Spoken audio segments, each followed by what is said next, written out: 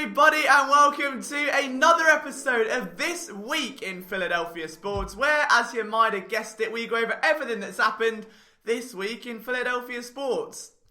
Again, if you're new to this channel and you haven't yet subscribed, it'd be so cool if you could do so. We're this close to 20,000 subscribers, and we'd love to do some special giveaways and some meetups as soon as we're allowed to, and we'd love for you to be a part of our community. So if you enjoy this content, do make sure to stick around. The problem though with this content, as with every Monday for the foreseeable future, nothing's happened.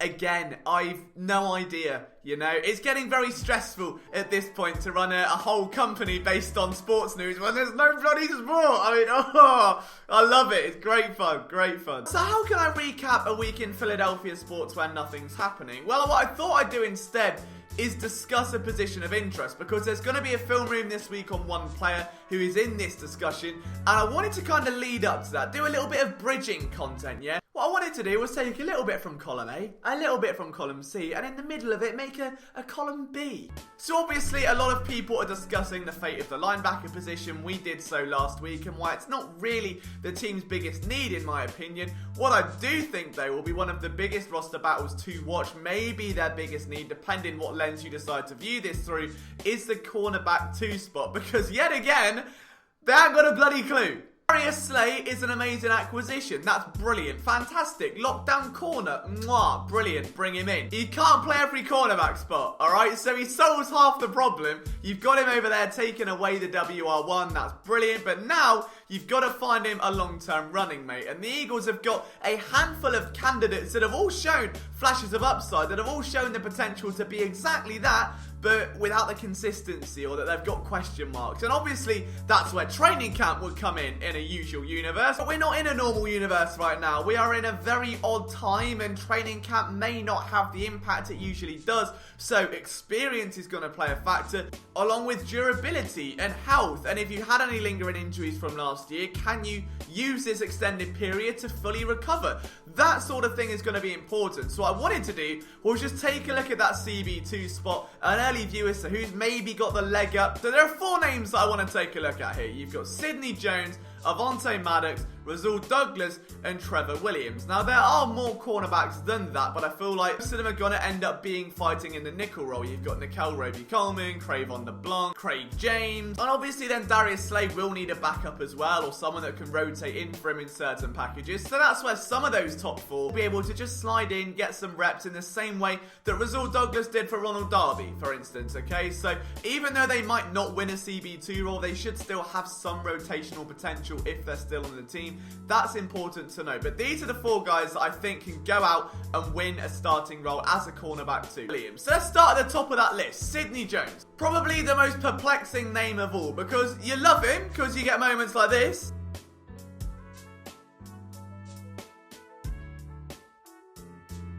And then you get upset because in that same breath, there's the whole injury concern. Since being drafted in 2017, injuries have followed him. He had to miss his entire rookie year outside of week 17. Showed a little bit of flashy potential in 2018. And then last year was actually gifted a starting role to begin with. Without Jalen Mills or Ronald Darby, he was one of your starting corners. And even then, injuries set in. And Doug Peterson and Malcolm Jenkins both took indirect shots at the media, telling him that he lacked mental toughness, or that we don't want you on our team if you can't play through injury. And I don't like that, because A, we don't know the extent of the injury, especially given the state of this medical staff. Jesus Christ. On the flip side of that though, it did feel like every time he got significantly burned, he suddenly went, oh my, nah, Achilles mate, no. Now Sid, you got burned, what happened? The old Achilles, hurt my leg, don't know what happened. You're like, Sid, you've had it 9 plays this week, mate. What's going on? No, it's fine. We'll be back in next play. Just a little bit of a twinge. So I did feel like there was this almost coincidental pattern, which led to Sidney Jones being benched for around 7 weeks, which was utterly bizarre if he was healthy. And he then comes back and makes some of the team's biggest plays of the entire year. Some of the biggest pass breakups in the biggest games down the stretch, 4th quarter. He did it like in 3 games out of the last 5. It was unbelievable. So he ends on a massive high note. but are you ready to put him into a starting role? Are you ready to depend on him? Like, we've done several film breakdowns on Sidney Jones, and I do think he's got the toughness to play.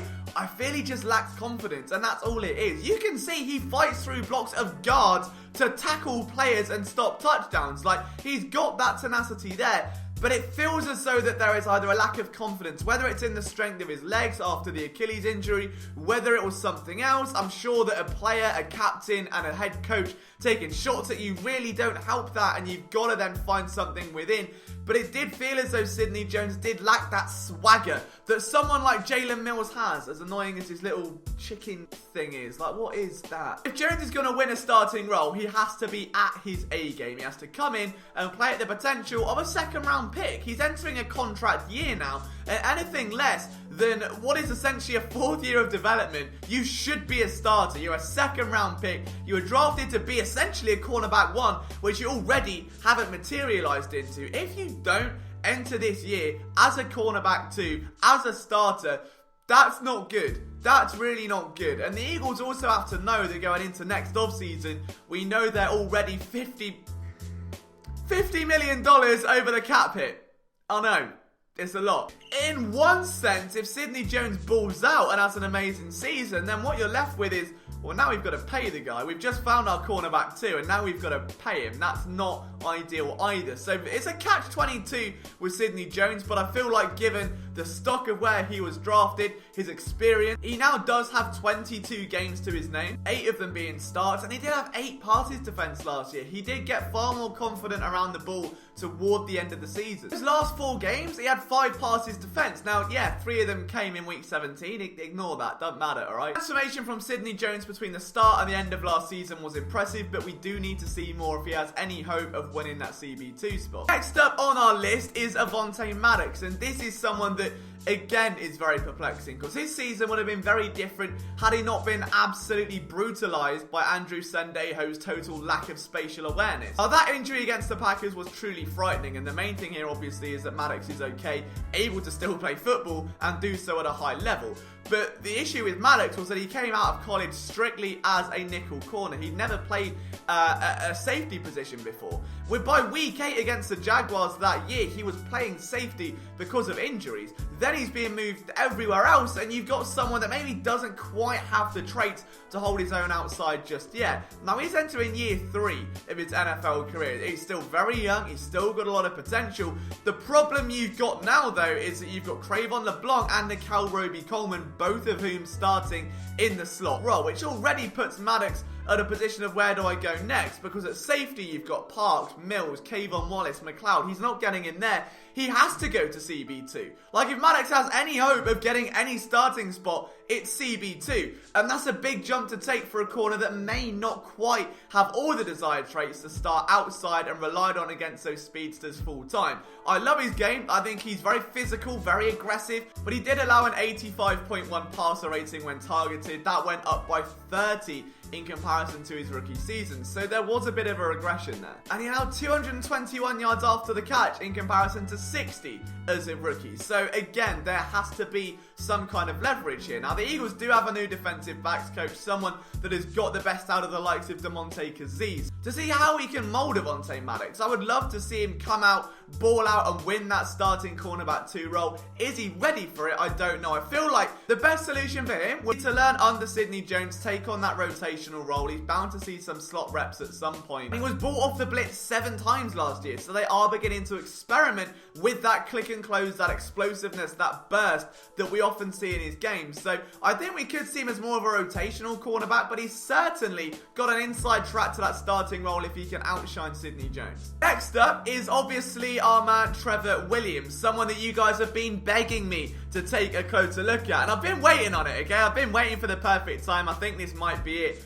I love him. I think he could be this year's Patrick Robinson, another former Chargers cornerback who has been mired by injuries, gets signed by the Eagles after a bit of a down year to a prove-it contract. He's only 26 years old. I genuinely feel as though he could be a really, really pleasant surprise. One of the most underrated signings of the entire offseason. There is a film room coming this week. That's the player we're talking about. So I adore Trevor Williams. I know that our writer Morgan Burkett is very, very high on him as well. And without spoiling too much of it, here's how his 2018 campaign, where he lined up opposite Casey Hayward, reflected against Ronald Darby's in 2018 and 19. It's staggering. The guy had a 0% burn rate. He was burned 0 times. Like, just wasn't burned at all. He had 13 passes defensed in 2017, which in itself is staggering. And in that campaign, actually ranked as Pro Football Focus's 10th best corner. He allowed a passer rating of 10.4 on passes that were thrown after 2.6 seconds of the ball being snapped. So basically 1,